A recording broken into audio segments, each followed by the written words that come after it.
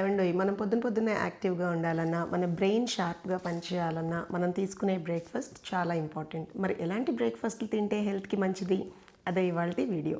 మనమండి ఈ హడావుడి లైఫ్ స్టైల్లో ఏది పడితే అది తినేసి వెళ్ళిపోవాలి ఫస్ట్ టైంకి అన్న ఇదిలో పూరి, మసాలా దోశ, మసాలా వడ అలా టెంప్టింగ్ ఐటమ్స్ కళ్ళ ముందుకు రాగానే ఏదో ఒకటి తినేస్తూ ఉంటామండి. రుచికి ప్రయారిటీ ఇస్తాం బేసిక్గా కదా.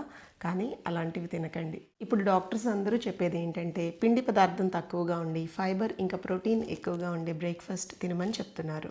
మరి ఏం తినాలి అంటే first rank goes to pesarattu. Pesarattu అండి ది బెస్ట్ బ్రేక్ఫాస్ట్ ఆప్షన్. ప్రతిరోజు పెసరట్టు తిన్నా హ్యాపీగా ఏమీ కాదు, చాలా మంచిది హెల్త్కి.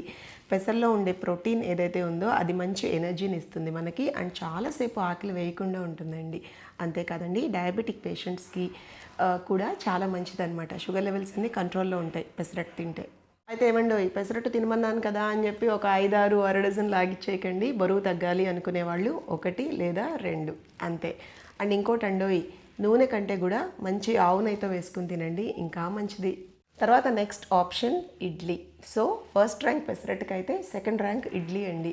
ఇడ్లీ కూడా బాగా ఇష్టంగా తినాలి అని చెప్పి ఇంతింత పల్లి చట్నీలు, ఇంతింత పుట్నాల పప్పు చట్నీలు వేసుకుని బాగా ఇడ్లీలు దొర్లిచ్చేసుకుని తినమాకండి.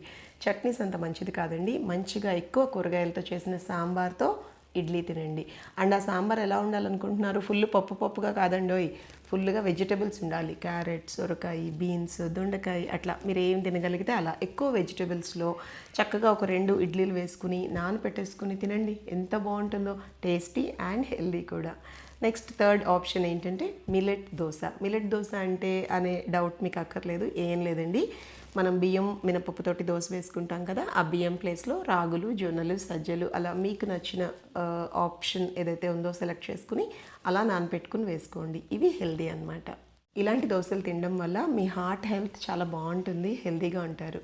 అండ్ ఫైనల్ ఆప్షన్ అండి బేసన్ చిలా అని నార్త్ ఇండియాలో ఎక్కువగా చేసుకుంటూ ఉంటారు. ఏం లేదండి, మనం సరదాగా వెజ్ ఆమ్లెట్ అని కూడా అంటూ ఉంటాము.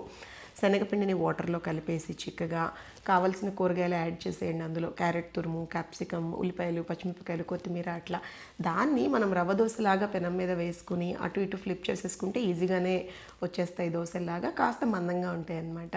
ఇవి బజ్జీ తిన్నంత టేస్టీగా ఉంటాయి, చాలా బాగుంటాయి అన్నమాట. శనగపిండితో చేసుకుంటారు, చిల్లా అంటారండి వీటిల్ని. సో నార్త్ సైడ్ ఎక్కువగా తింటూ ఉంటారు. మన సైడ్ పిల్లలకు కూడా పిచ్చి చాక్లెట్లు, కేక్లు అవి కాకుండా ఇలాంటి హెల్దీవి చేసి పెడుతూ ఉంటే పిల్లలు హెల్దీగా హ్యాపీగా పెద్దవుతారు.